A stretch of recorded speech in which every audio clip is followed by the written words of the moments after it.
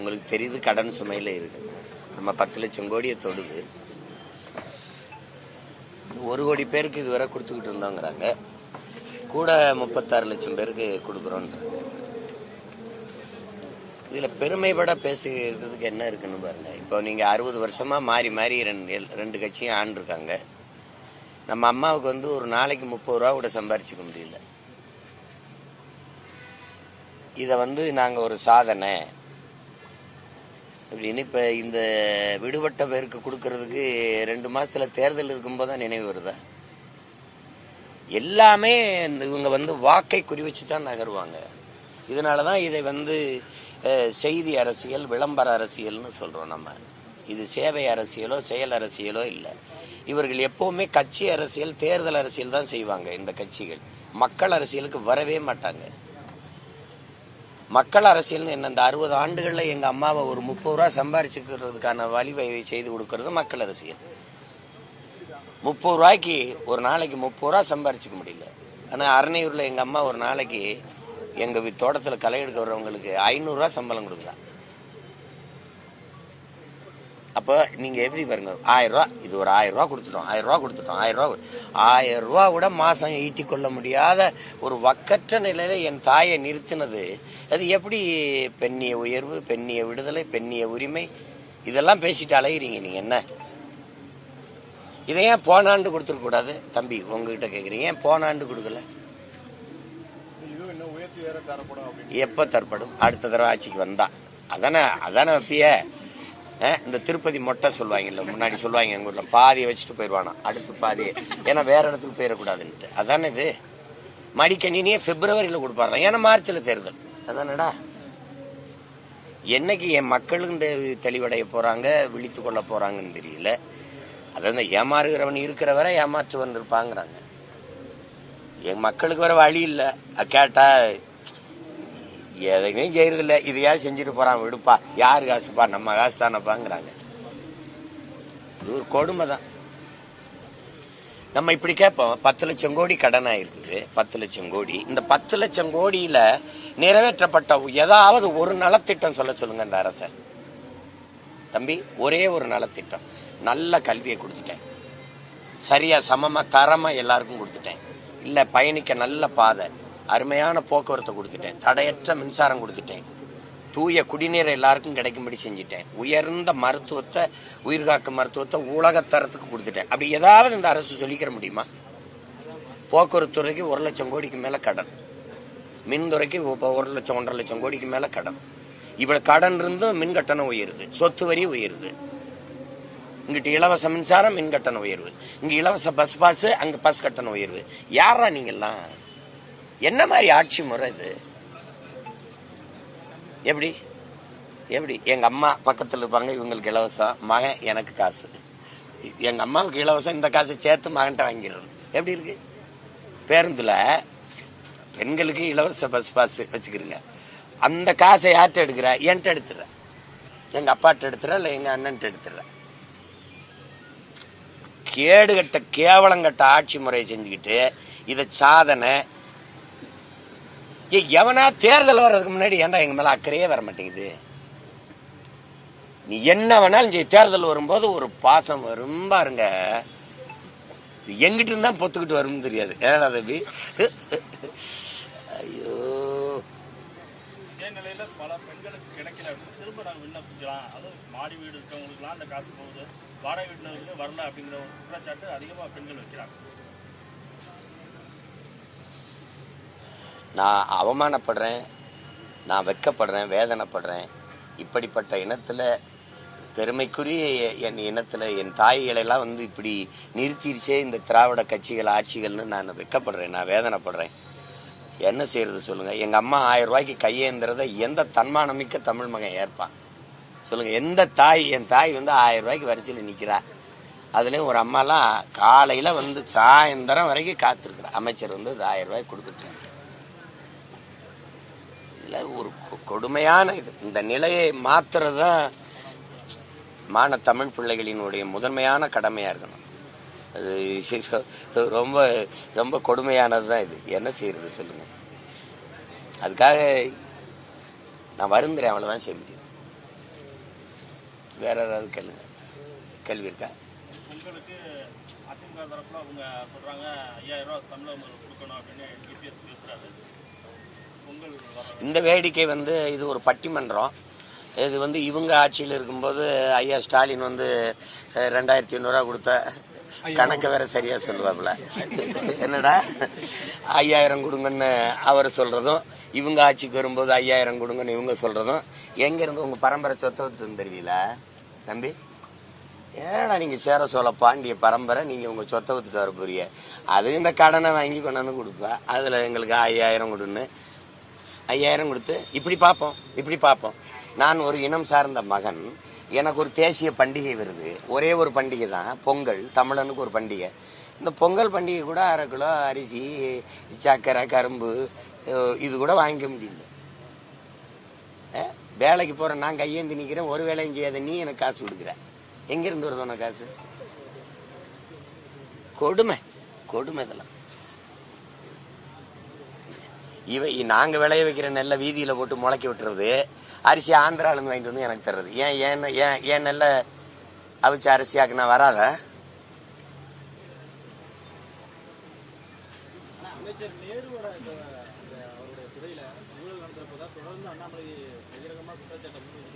இல்ல, ஐயாவுடைய துறையில நான் ஏற்கிறேன். ஐயாவோட துறையில மட்டும்தான் ஊழல்னு சொல்றத நான் எதிர்க்கிறேன். எந்த அமைச்சர் துறையில இல்ல. சரி, ஈடி வரட்டும், ரைடு வரட்டும், எது வரட்டும். ரைடு வர்றது தெரியுது இல்ல, சோதனைக்கு வர்றது தெரியுது. நடவடிக்கை ஏதாவது தெரியுதா தம்பி? சொல்லு. நடவடிக்கை ஐயா பொன்முடி வீட்டுல, ஐயா துரைமுருகன் வீட்டுல, எல்லார் வீட்லயும் நடந்ததுல ஈடி. அப்புறம் எங்க வரா ஓடி? என்ன டாடி மோடியை பார்த்தோன்னு முடிஞ்சிருது. ஒரு தடவை ஈடி வரும்போது 3 தடவை நிதி ஆயோக் கூட்டத்துக்கு போக மாட்டேன்னு நெஞ்ச நிமித்தி நின்ன ஐயா ஸ்டாலின், ஒரு தடவை ஈடி ரைடு வந்தவன நேரம் ஓடி போய் பார்த்தாரு. எப்படி நீங்க வர்றது தெரியுது, சோதனைக்கு வர்றது தெரியுது. சோதிச்சு என்ன தகவல் அது வெளியில வரல, நடவடிக்கை தெரியலையே.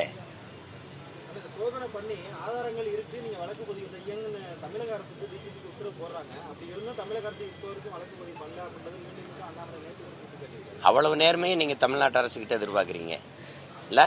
நீங்க தமிழ்நாட்டுல தான் இருக்கீங்களா? என்னது இதெல்லாம்? என்னடா தங்கச்சி இதெல்லாம்? இவ்வளவு நகைச்சுவை உங்களுக்கு கூடாது தம்பி. அவ்வளவுலாம் நீங்க பேசக்கூடாது. வேற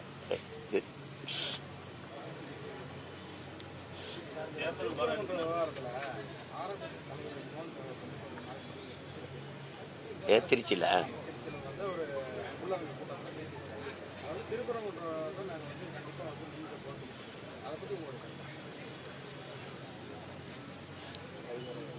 அவங்களுக்கு அரசியலுங்கிறது சாதி, மதம், சாமி. என்னைக்கு என் அன்பு மக்கள், என் அருமை சொந்தங்கள் ஒன்று கவனிச்சுக்கணும். சாதி, மதம், சாமியை பற்றி கவலைப்படுகிறவர்கள், அதை பற்றி சிந்திப்பவர்களுக்கு மக்களை பற்றி, நாட்டை பற்றி சிந்திக்க நேரம் இருக்காது, தேவையும் இருக்காது. நாடு, மக்கள், அவர்களுடைய நல்வாழ்வு, நாட்டினுடைய வளர்ச்சி, அதை பற்றி சிந்திப்பவர்களுக்கு சாதி, மதம், சாமி, கடவுளை பற்றி சிந்திக்க தேவை இருக்காது, அதுக்கு நேரமும் இருக்காது. இதுதான் யதார்த்தம். இது நான் வணங்குற என் தலைவன் பிரபாகரன், என் முருகன் மேல ஆணையா சொல்றேன். இதுதான் சத்தியம். இதை நீங்க புரிஞ்சுக்கணும். நீ எனக்கு திடீர்னு என் முருகன் மேல உனக்கு பக்தி வருது? நான் அதே மலைக்கு கீழே திருமுருக பெருமிழா எடுக்கும்போது நீ எங்க போயிருந்த? நான் வெற்றி வேல்னு தூக்கும்போது நீ எந்த திசையில் இருந்த? இத்தனை ஆண்டுகள் இல்லாத திடீர்னு என் முருகன் மேல உனக்கு பக்தி வர காரணம் சொல்லு. ஏன் நீ போன ஆண்டு திருப்பரங்குன்றத்துல அதே மலை இருந்துச்சுல, அதே சுடரேற்ற தூண் இருந்துச்சுல, போன வருஷம் என்ன தீபம் இல்லையா, இல்ல தீக்குச்சி இல்லையா, இல்ல எண்ணெய் இல்லையா? 2 மாசத்துல தேர்தல் வருதுன்னா உனக்கு சேட்டை. மக்களை பற்றி சிந்தி. எத்தனை வீடுகள் நீ சொல்ற சோக்கால்டு இந்து எத்தனை வீட்டுல விளக்கறியாம இருக்குது, பசி, பட்டினி, வறுமையில. அந்த விளக்கை ஏத்த நீ சிந்திக்கல. மலை மேல விளக்கு ஏத்துறன்ற கேட்டா 100 ஆண்டு கனவு, 100 ஆண்டா ஒரு விளக்கத்துறது கனவு கண்டுகிட்டு இருந்தியா நீ? ஒரே ஒரு கேள்வி கேட்கிறேன் இந்த பெருமக்கள்கிட்ட. முருகன், சிவன் இந்து கடவுளா? யார் என்னோட தர்க்கத்துல நின்று ஜெயிக்க போறது சொல்லுங்க. முருகனும் சிவனும் மாயவனும் இந்துவா? உங்க பெருமாளே சொல்லுவோம். உங்க கிருஷ்ணரை இந்துவா சொல்லு. நீ கடவுளை மதம் மாத்தி வச்சுக்கிட்ட. முருகன் இந்துவா? அது முருகனுக்கு தெரியுமா? யாராவது சொல்லுங்க. முருகன் இந்து கடவுளா, சைவ கடவுளா? திடீர்னு தேர்தல் வரும்போது எல்லாருக்கும் உங்களுக்கு பாசம் வருது என் முருகன் மேல. இந்த கோயிலுக்குள்ள நடக்கிற திருட்டை கண்டுபிடிச்சு சொல்ல, அறநிலைத்துறையில ரொம்ப நேர்மையா நடக்குதா? ஒரு ஊழலும் நடக்கல, ஒன்னும் நடக்கல. சொல்லுங்க. கோயில் இடங்கள்ல கடைகளுக்கு வீடுகளுக்கு எல்லாம் வாடகை விட்டு இருந்தான். அதை 10,000 ரூபாய 1,00,000 ரூபாயை ஏத்திருக்காரு ஐயா சேகர் பாபு. அதை கேட்க உனக்கு துணி இருக்கா? ஏன் இப்படி திடீர்னு ஏத்தனேன்னு எதை கேட்பிய? பக்கத்துல இருக்க மலையை வெட்டி கல்குவாரி நீ ஏத்துறான, அந்த மலையை பத்தி கவலைப்பட நீ வரல. இந்த மலையில தான் முருகன் இருக்கானா? குன்று இருக்க இடமெல்லாம் குமரன் இருக்கிறான்னா இந்த திருப்பரங்குன்றத்துல இருக்கானா? இந்த நாடங்களும் வெட்டி ஏத்துறானே என் மலை, அங்கெல்லாம் குமரன் இல்லையா? சொல்லுங்க. அந்த மலைக்கு நீ போராட வரல. ஒருவேளை இதையும் கல்குவாரி ஆக்கிட்டாருன்னு வச்சுக்கிறோங்க ஐயா ஸ்டாலின், அப்ப போராட வருவியா? உனக்கு அரசியல் இல்ல, சாதி மதம், சாதியை கட்டி பிடிச்சிட்டு அழுகுற. மக்களின் பிரச்சனைக்கு ஒண்ணு நின்றுக்கேன்னு சொல்லு. இவ்வளவு பேர் இவ்வளவு தலையிடுறீங்களே. என் மீனவன் கடலுக்குள்ள மீன் பிடிக்கிற உரிமை இழந்து நிக்கிறான், நீ அதுக்கு போராட வந்தியா? காவிரி நதி நீருக்கு நாங்க ஒவ்வொரு தடவையும் கையேந்தி நிக்கிறோம், அதுக்கு அந்த உரிமையை போராடி பெற்றுக் கொடுக்க வந்து நின்னியா? எந்த இடத்துல எனக்காக நின்றுக்க நீ? திடீர்னு முருகன் வந்துட்டு அயோத்தியில ராமரை வச்சு அரசியல் செஞ்சு பார்த்த, அது எடுபடல. ஏன்னா கோயில கட்டினவன பிரச்சனை முற்றுப்பட்டுருச்சு, அதான சத்தியம். இப்ப யாரும் ராமர் ஜெய் ஸ்ரீராம் பேசுறது இல்ல, ஏன் சொல்றது இல்ல? ஏன்னா எந்த அயோத்தியில வந்து ராமர் பிரச்சனை இந்த கோயிலை வச்சுக்கிட்டு நீ அரசியல் பண்ணிட்டு இருந்தீங்களோ அதே இடத்துல அகிலேஷ் யாதவ் ஒரு தாழ்த்தப்பட்ட மகனை நிறுத்தி பொது தொகுதியில உங்களை தோக்கடிச்சிட்டான்.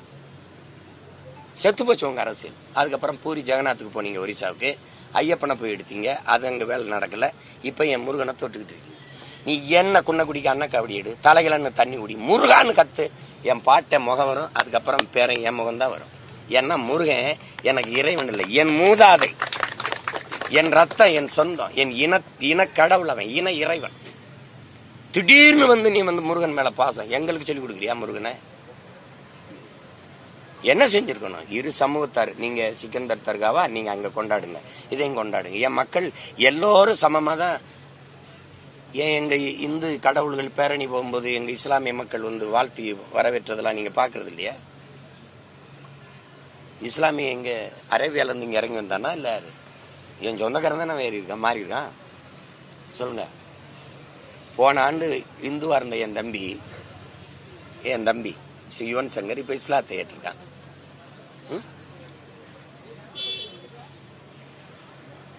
அப்ப யாரு அவன் என்ன சொல்லுவீங்க? அரேபியால இருந்து வந்தான், பங்களாதேஷ்ல இருந்து வந்தான்னு சொல்லுவியா நீ? தமிழர்கள் நாங்கள் இறை வழிபாட்டிற்காக இஸ்லாத்தை ஏற்றிருக்கிறோம். இஸ்லாமியர்கள் நாங்க தமிழர் ஆகல, தமிழர்கள் நாங்க ஏற்றிருக்கிறோம். ஓர் இறை அல்லாவை ஏற்று, நபி மொழியை ஏற்று, ஒரு இறை அல்லாவை ஏற்று நாங்கள் இஸ்லாத்தை ஏற்றுக்கிறது எவ்வளவு சத்தியமான உண்மையோ அப்படி எங்கள் முன்னோர்கள், எங்கள் இன மூதாதை முருகனுங்கிறது உண்மை. அதுல யாரு எதுக்குறமா? நீ முருகனை வழிபடாதீன்னு யாரும் எதுக்குறாங்களா? யாராவது போறாங்களா?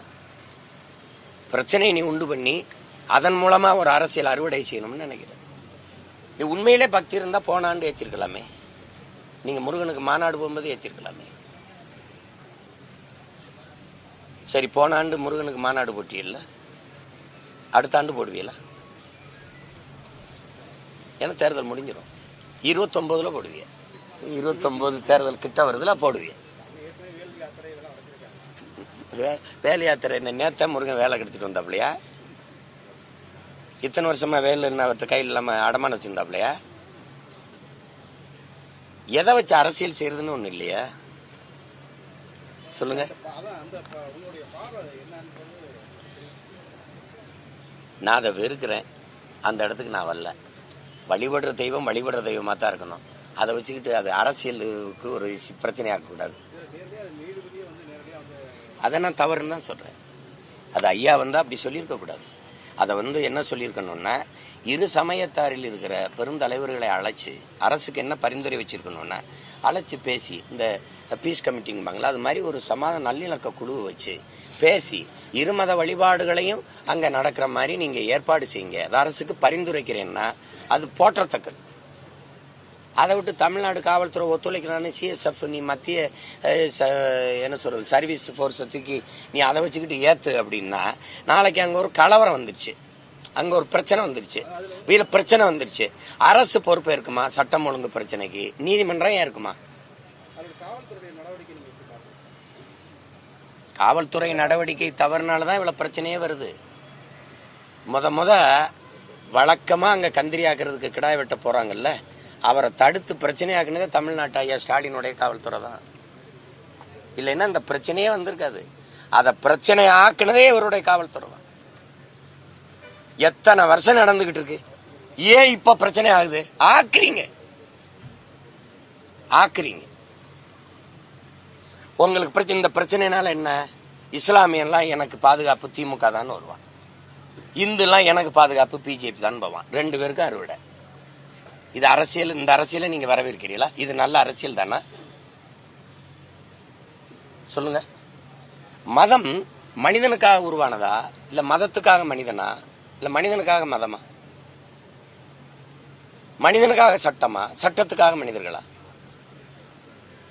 உடம்புக்காக சட்டையா, சட்டைக்காக உடம்பா? நீங்க சொல்லுங்க. இங்க மதம் போட்டுறீங்க, எங்க மனிதன் போட்டுறீங்க? எங்க மனிதன் போட்டுறீங்க? நாங்க என்ன கேட்கிறோம், ஒரு குறிப்பிட்ட மதம் சார்ந்தவன் வாழுகிற நாடாக இதை மாத்தணும்னு நினைக்கிறீங்க. இல்ல, நாங்கள் மனிதர்கள் வாழுகிற நாடாக இது இருக்கணும்னு விரும்புறோம். இதுதான் எங்களுடைய விருப்பம். நீங்க அதை நோக்கி நகரவே இல்லையே. ஒரு மதம் சார்ந்தவனை எதிர்ப்பது, அவன் வழிபாட்டை எதிர்ப்பது, மறுப்பதே ஒரு அரசியல் கட்சிக்கு கோட்பாடா இருந்தா அதை எப்படி நீங்க வரவேற்பிய? இந்த பிரச்சனையை, நாட்டில் இவ்வளவு பிரச்சனை இருக்கும்போது இதை வச்சு மூடி மறைச்சுக்கிட்டே இருக்கீங்க. இதை இவ்வளவு நேரம் என்னை பேச வைக்கிறீங்க அப்படின்னா இது எவ்வளவு ஆபத்தானதுன்னு பாருங்க.